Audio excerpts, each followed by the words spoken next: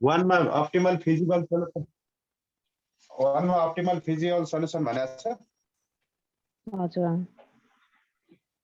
Basic मात्रै भनेको छ त्यही त बेसिक फिजिबल सल्युसन भनेको छ नि बेसिक त्यसमा हामीले फिजिबल कतिसम्म सोल्युसन भनेको त यही हामीले बेसिक फिजिबल सोल्युसन हिजो कति आएको थियो मल्टिप्लाई गर्दा टोटल कस्ट जुन निकाल्दै थियौँ त्यति मात्रै टोटल कति कस्ट आएको थियो इक्वल भन्नु टु यसको कति थियो 1 को त्यही नै सक्यो त्यति मात्र अनि यो जुन हामीले अहिले वानको गरिरहेको लागि प्रोसेस चाहिँ त्यो के भन्यो भने त्यो प्रोसेस गर्ने डिटरमाइन इनिशियल बेसिक सोल्युसन भन्दा त्यही नै सक्यो आज हामीले गर्दैछौँ प्रब्लम सी मा भनेको छ how should company redistribute the trailer so that total mileage travel is minimize भन्दाखेरि यहाँ इनिशियल बेसिक सोल्युसन भनेको शब्द कहीँ पनि छैन ट्रान्सपोर्टेसन कस्ट कसरी मिनिमाइज गर्न सक्छौ कसलाई कहाँ असाइन गर्ने गर्यो भने मिनिमाइज गर्न सकिन्छ भन्दा तपाईँ फाइनल स्टेपसम्म अप्टिमल कस्टसम्म तपाईँ गएकै हुनुपर्छ बेसिक सोल्युसन मात्रै भन्यो भने तपाईँ बेसिक सोल्युसन निकाल्न सक्नुहोस् बेसिक सोल्युसन नभनेको केसमा फुल क्वेसन गर्नु पर्यो बेसिक सोल्युसन भन्ने क्वेसन तपाईँ मार्क्सको आधारमा हेर्न सक्नुहुन्छ 3 मार्क्स 5 मार्क्समा सोध्यो भने बेसिक सोल्युसन मात्रै हो नत्र फुल क्वेसन हो ल अब मैले हिजो एउटा तपाईलाई यहाँबाट टेस्ट अफ डिग्नेरेसी पछि यस्तो गरेको थिएँ थ्योरी यस्तो देखाएको थिएँ यो रो भ्यालु कलम भ्यालु निकाल्ने अर्को तरिका सिकाउँछु है आज calculation of row and column value of occupied cell by using relation Cij is equal to Ri plus Kj हिजो पनि हामीले यही नै गरे हो लेट कुनै एउटालाई 0 मान्नु पर्यो मोस्ट अक्युपाइडलाई चाहिँ मान्ने हो कलम 1 छ मोस्ट अक्युपाइड तीनवटा अक्युपाइड छ let K1 is equal to 0 अब मैले भ्यालुहरु मेट दिए यो हामीले पहिले निकालेको मेथड हो अर्को मेथडबाट निकालेको भ्यालु हो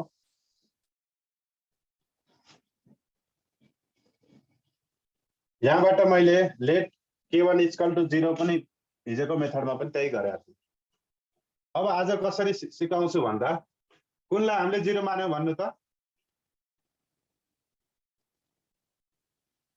कुन रोलाई मान्यो कि कलमलाई मान्यो कलमलाई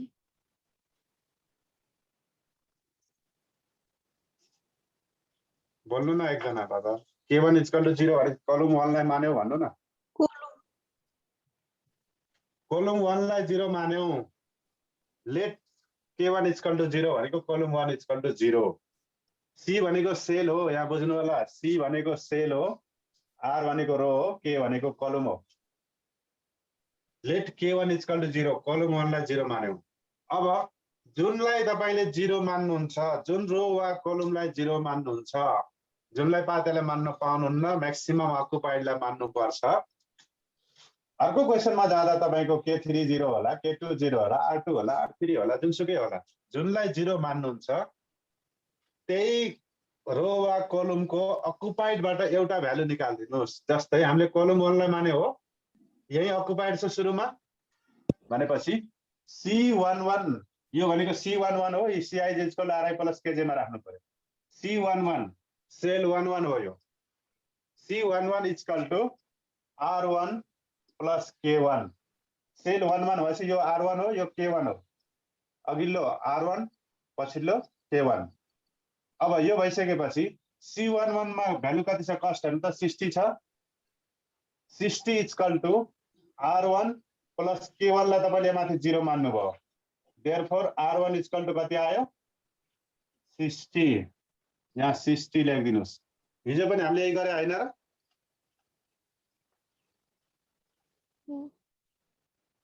यही गरेको हो कि हैन हिजो हो सर सिमिलरली तर अरु मैले क्याल्कुलेट गर्दिन अब त्यहाँ हिजो जस्तो गरेर अब के लेख्छु similarly we can calculate every value of each row and column by using above relation. But ल के लेखेँ मैले माथिकै रिलेसन अनुसार हामीले सबै रो या कलमको भ्यालु निकाल्न सक्छौं। अघि भर्खर निकालेको थियौं, हामीले पुरै कम्प्लिट गरेका थियौं हो। R2 R3 R4 K10 मानिसकेका थियौं, K2 K3 सबै निकालेका थियौं। सिमिलरली हामीले माथिकै रिलेसनबाट अरु भ्यालु पनि निकाल्न सक्छौं। But I use matrix method for first calculation. ल मैले अब फास्ट क्याल्कुलेसनको लागि म्याट्रिक्स मेथड युज गर्छु भन्नुहोस्। किनभने हामीले अप्टिमल सल्युसन निकाल्ने मोडी मेथडबाट हो। हाम्रो सिलेबसले भनेको मोडी मेथड हो, मोडी मेथडबाटै गर्ने हो। त मोडी मेथडको एउटा रिलेसन देखाइदिइसकेपछि, एउटा रिलेसनबाट एउटा कुनै रो वा कलमको आइटम तपाईले निकालेर देखाइदिइसकेपछि अब तपाईले बारम्बार त्यही प्रोसेस गरिरहनु पर्दैन, फास्ट एप्रोच गर्न सक्नुहुन्छ। अब त फास्ट एप्रोच के हो त? ध्यान दिएर हेर्नुस्। फास्ट एप्रोच के हो? ध्यान दिएर हेर्नुस्। यो मैले पहिले निकालेको थिएँ, फेरि मेट्दिएँ एकचोटलाई। हामीले कुनलाई 0 मान्यो भन्नु त? बोर्डमा हेर्नुस् है, दायाँ बायाँ कहीँ नहेर्नु। K1 लाई 0 मान्यौ, जुनलाई 0 मान्यौ त्यसैसँग सम्बन्धित रो या कलमको अकुपाइडहरु हेर्नुस्। अब बुझ्नु भयो? जुनलाई 0 मान्यौ नि त्यसैसँग सम्बन्धित रो वा कलम भनेको यसको सम्बन्धित रो वा कलम भनेको यो माथिको, यसमा अकुपाइडहरुबाट हेर्नुस्। जस्तै सुरुमा अकुपाइड छ, यहाँ अकुपाइड छ है। यो अकुपाइडको कस्टबाट भित्रकोबाट बाहिरको घटाउनुस्, अर्को साइड लेख्नुस्। 60 माइनस 0 इक्वल टु कति भयो? 60। फेरि भन्नुस्, नभन्नु होला, मैले एकदमै विस्तारै गरेको छु। 60 माइनस 0 इक्वल टु 60। अब अर्को अकुपाइड हेर्नुस्, यही छ अर्को अकुपाइड, त्यही कलममा हेर्नु, जुनलाई 0 मान्नु त्यसैमा हेर्नुस्, त्यही रो वा कलममा। यहाँ अकुपाइड छ, भित्रकोबाट बाहिर घटाउनुस्, अर्कोतिर लेख्नुस्। 30 माइनस 0 इक्वल टु 30। फेरि त्यही रो वा कलममा हेर्नुस्, अकुपाइड छ, यहाँ रहेछ। 60 माइनस 0 इक्वल टु 60। यहाँसम्म क्लियर छ? एउटालाई 0 मान्ने हो, अनि अकुपाइडबाट भित्रकोबाट बाहिरको घटाइदिनुस्, अर्को साइड ल्याइदिनुस्। अब त्यही रुल सब जताततै लगाउनुस्, जहाँ जहाँ अकुपाइड देख्नुहुन्छ त्यही रुल लगाउनुस्। जस्तै यहाँ अकुपाइड रहेछ, हेर्नुस् त, यहाँ अकुपाइड छ, यहाँ भ्यालु छ भने यहाँ आइसक्ने भयो। दुईतिरै भ्यालु छैन भने आउँदैन फेरि। जस्तै यहाँ हेर्नुहुन्छ भने यहाँ हेर्नुस् त, यता R4 मा पनि भ्यालु छैन, यता K3 मा पनि भ्यालु छैन। यसको रिलेसन त यहाँ हो यसरी। यहाँ पनि भ्यालु छैन, यहाँ पनि भ्यालु छैन भने अहिले यो आउँदैन, पछि आउँछ। अब जहाँ अर्को साइडमा भ्यालु छ त्यो खोज्दै जानुस्। जस्तै यहाँ हेर्दाखेरि उता भ्यालु छ, यहाँ छैन, यहाँ आउने भयो। त्यस्तै अर्को यहाँ हेर्नुहुन्छ भने उता भ्यालु छ, यहाँ छैन, यहाँ आउने भयो। तर यहाँबाट हेर्दाखेरि फेरि आउँदैन, यता पनि छैन, यता पनि छैन, यसरी निकाल्दै जाने। अब जस्तै मैले यहाँ हेरेँ, यहाँ अकुपाइड छ, उता भ्यालु छ भने यहाँ आउने भयो K2। भित्रकोबाट बाहिरको घटाउनुस्। 50 minus 60, 50 minus 60 equal to minus 10। Minus 10 मार्करै सकिएछ, कसरी पढाउने? माइनस 10।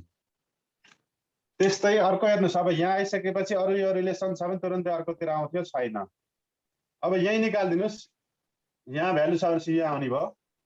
भित्रकोबाट बाहिर घटाइदिनुस्। 30 माइनस 60 इक्वल टु माइनस 30। कुन बाँकी रह्यो? अब K1 पनि आइसक्यो, K2 आइसक्यो, K3 आइसक्यो, R1 आइसक्यो, R2 R3 R4 बाँकी रहेछ। अब यहाँ अकुपाइड छ, यता भ्यालु छ भने आउने भयो। भित्रकोबाट बाहिरको घटाउनुस्, अर्कोतिर लेख्नुस्। 30 माइनस माइनस 30 भनेको 60 भयो, जोडियो। 60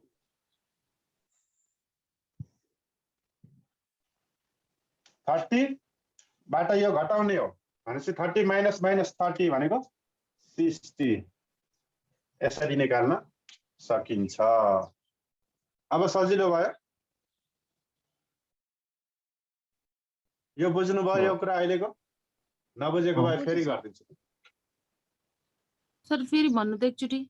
क्याल्कुलेसन त सेम नै रहेछ है सर सबै त। भ्यालु सेम आउँछ, फेरि भन्नलाई फेरि मेट्नै पर्छ। हैन भ्यालु भनेको हैन, क्याल्कुलेसन गर्ने तरिका चाहिँ एउटै रहेछ, त्यही C1 C2 भनेर त्यसरी देखाउन परेन हैन। परेन त यो हामीले त्यो रिलेसनमा राखेको पनि त्यही त हो नि। जस्तै यही हेर्नु, यही हेर्नु झन् 60 माइनस 0 इक्वल 60 गरे त हो नि। ल मोस्ट अक्युपाइडलाई 0 मान्नु पर्यो, 0 मानियो। अब यहाँ हेर्नुस्, यसैको माथि यहाँ हेर्नुस् 60 माइनस 0 भित्रकोबाट बाहिर कस्ट हेर्नुस्, अहिले पनि भित्रको क्वान्टिटी हो, यो बक्स भित्रको क्वान्टिटी हेर्ने भएन कस्ट। 60 माइनस 0 इक्वल टु यहाँ 60 लेखिदिनुस्। अब 30 माइनस 0 इक्वल टु यहाँ 30 लेखिदिनुस्। 60 माइनस 0 इक्वल टु यहाँ 60 लेखिदिनुस्। अब यिनै आँखाबाट अरू खोज्नुस् फेरि कि 50 माइनस 60 इक्वल यसको अपोजिट यता आयो माइनस 10। अब यहाँ छ भनेपछि 30 माइनस 60 इक्वल टु माइनस 30। अब यहाँ आइसकेपछि यहाँ रहेछ, यता आउँछ 30 माइनस माइनस 30 इक्वल टु 60। सबै आइसक्यो।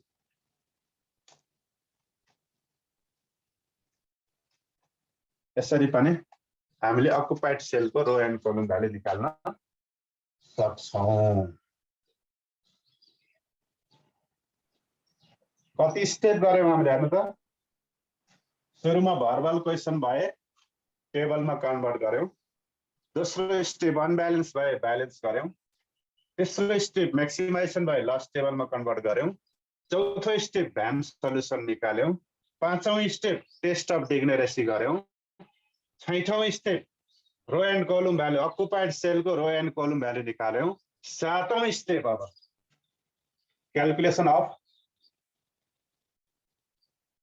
improvement indices, calculation of improvement indices for So right side. unoccupied cell by using relation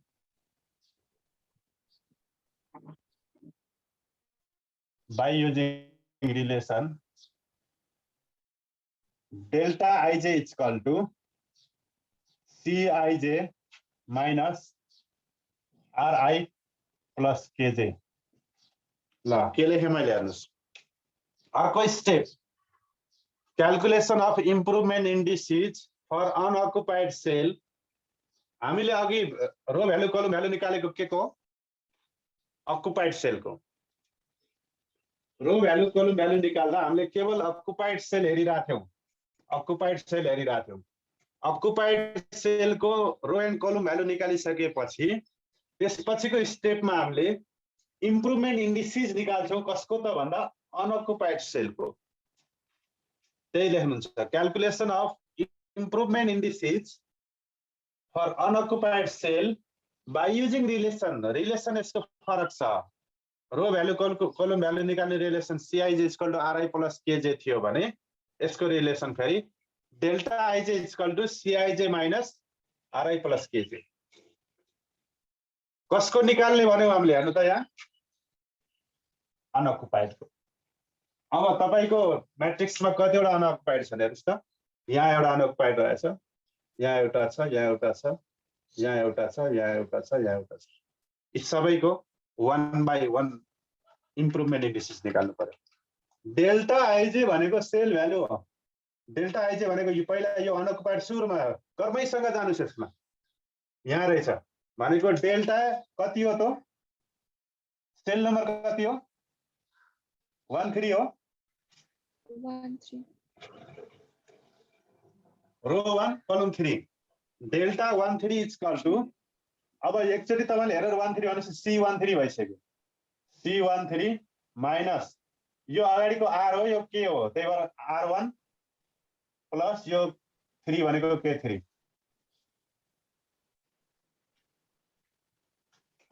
मैले यसलाई अब यो तल लेख्छु है अलि एउटै लाइनमा अट्यो भने राम्रो हुन्छ ल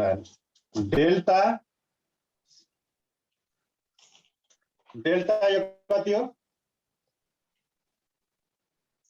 13 डेल्टा त यसरी लेख्छ हैन यसरी डेल्टा 13 भयो हैन equal to C13 minus R1 plus K3 भयो यो भनेको कति हुन्छ त डेल्टा 13 मा भ्यालु कति छ हेर्नुस् त 80 है यसलाई हामीले यहाँ इक्वल टुबाट पछाडीको पार्टमा त लेख्ने हो C13 भनेको 80 भयो माइनस R1 कति आएको छ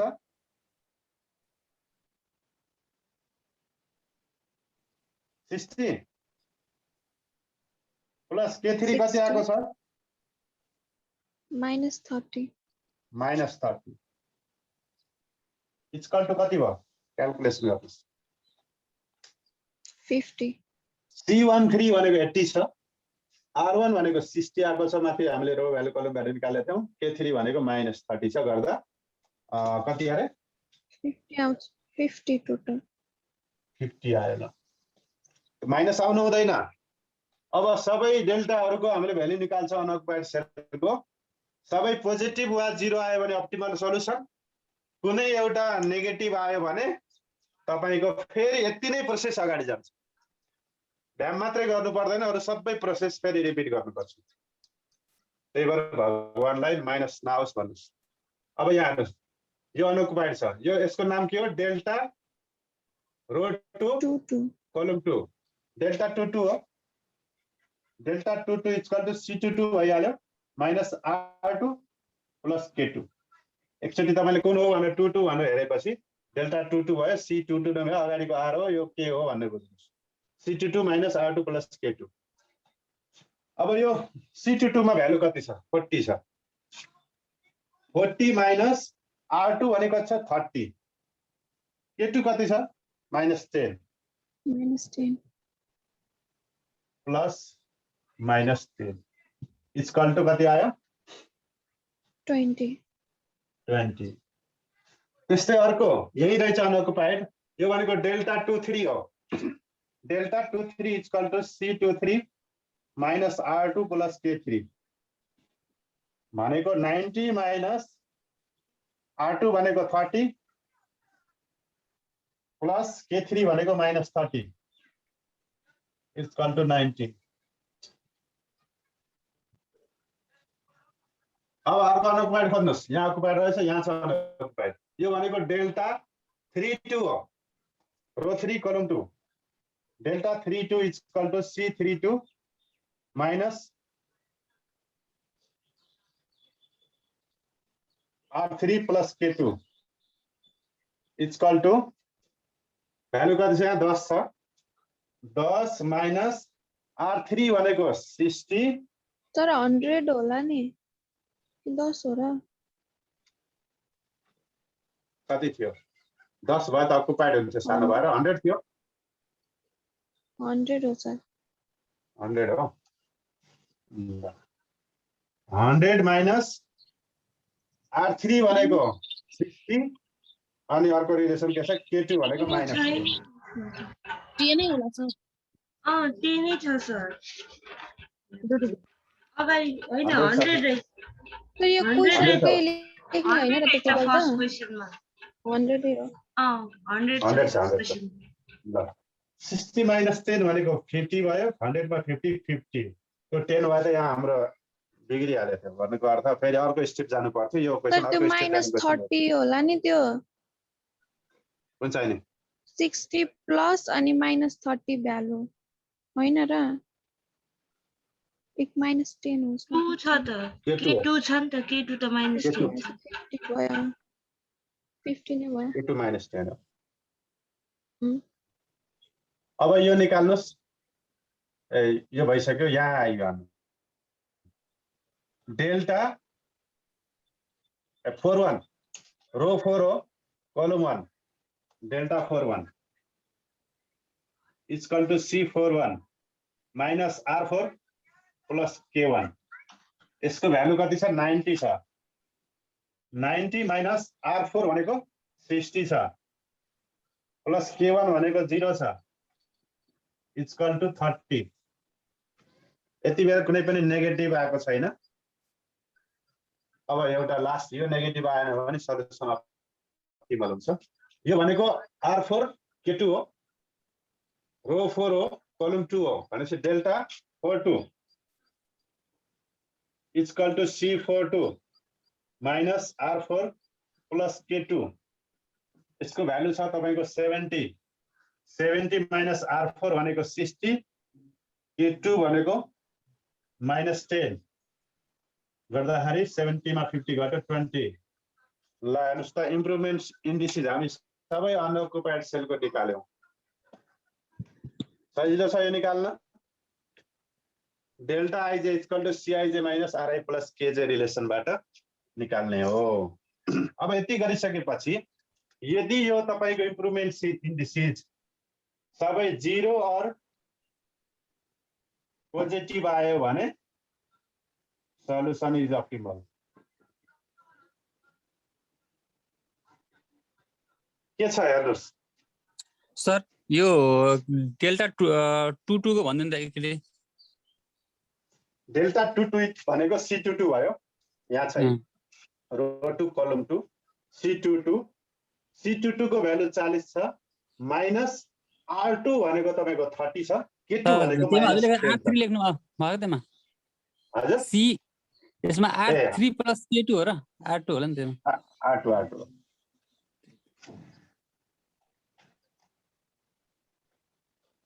सबै यो पोजिटिभ वा 0 आयो भने हाम्रो सल्युसन अप्टिमल हुन्छ सबै हेर्नुस् त इम्प्रुभमेन्ट इन्डिसेस पोजिटिभ वा 0 आयो भनेपछि हाम्रो सल्युसन अब अप्टिमल भइसक्यो अब एन्सर दिनु पर्यो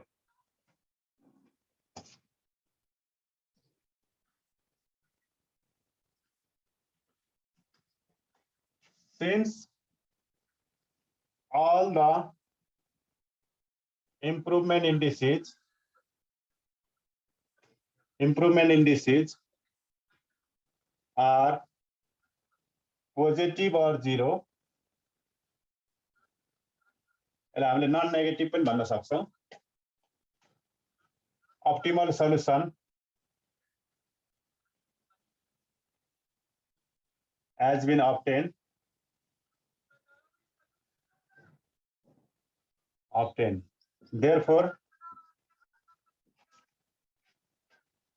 therefore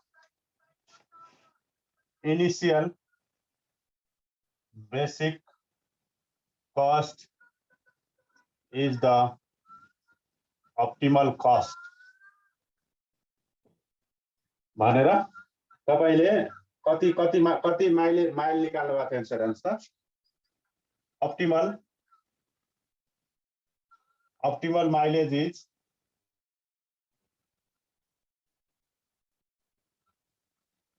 equal to कति निकाल्नु भएको थियो 60 into 1 plus 50 into 3 plus 30 into 3 plus 60 into 1 plus 30 into 5 plus 30 into 1 गरेर कति आएको थियो 540 माइल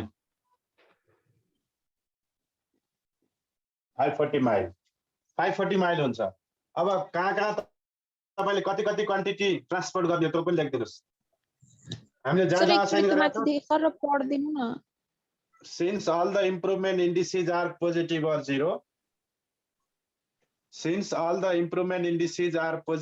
0 अथवा all the improvement indices are non-negative the optimal solution has been obtained therefore initial basic cost is the optimal cost भन्नुहुन्छ therefore optimal mileage is equal to 540 अब 540 mileage भनेको त optimal mileage होइन है अब कहाँ कति युनिट ट्रान्सपोर्ट गर्ने हो त पनि लेख्दिनु पर्छ तपाईले भित्र असाइन गर्नु भएको छ नि कोठा भित्र त्यो भनेको क्वान्टिटी हो भनेपछि यसलाई हामीले अब ट्रान्सपोर्ट गर्ने उसमा फेरि हामीले यसरी लेख्छौं यक्स रो 1 हो कलम 1 हो यक्स 11 मा 1 1 युनिट त्यस्तै यक्स 1 2 दोस्रो अकुपाइड छ 1 2 मा 3 युनिट त्यस्तै यक्स 2 1 मा 3 युनिट त्यस्तै अर्को अकुपाइड भनेको यहाँ छ 3 1 यक्स 3 1 मा 1 युनिट त्यस्तै यहाँ छ यक्स 3 3 मा यक्स 3 3 मा 5 युनिट त्यस्तै अर्को छ यक्स 4 4 3 मा यक्स 4 3 मा 1 युनिट यो तपाईको आन्सर भयो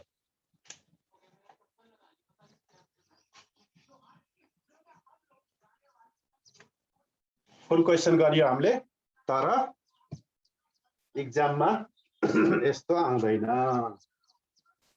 कस्तो आउँछ त भन्दाखेरि यहाँ गएर कहीं न कहीं एउटा नेगेटिभ आइदिएको क्वेशन आउँछ एक्जाममा अनि हाम्रो एक स्टेप अझै जान्छ एक स्टेप भन्नाले अघिको त अनि तपाईको उबाट फेरि रिपिट हुन्छ टेस्ट अफ डिजेनेरेसीबाट पुरै स्टेप रिपिट हुन्छ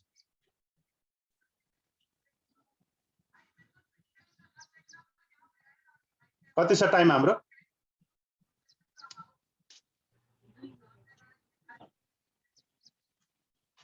सकिन्ला सर सकिन लाग्यो ल ठीक छ मैले भोलि प्रब्लम 3 को ए गर्छु त्यसको इनिशियल बेसिक सल्युसन निकालेर आउनु होला त यहाँसम्म स्टेप पुगेर आउनु होला इनिशियल बेसिक होइन यहाँसम्म पुग्नु होला कहीं न कहीं नेगेटिभ आउँछ त्यसमा 3 को ए भनेको छु मैले अरु त्यहाँ माथिको सबै गर्नुस् 3 को ए मैले भोलि गर्ने हो क्वेशन पठाइदिनुस् है ग्रुपमा हिजै पठाइदिएछु ल अब यो बेसिक सल्युसन पनि निकाल्नुस् टेस्ट अफ डिजेनेरेसी गर्नुस् रो value column value निकाल्नुस् अनअकुपाइड improvement indices निकाल्नुस् यहाँ कतै आउँदा नेगेटिभ आउँछ त्यहाँ गएर रोक्नुस् 3 को ए बाँकी 1 र प्रब्लम 1 मैले गरिसके 2 का पनि एबीसी होला ती पनि गर्नुस् ठीक छ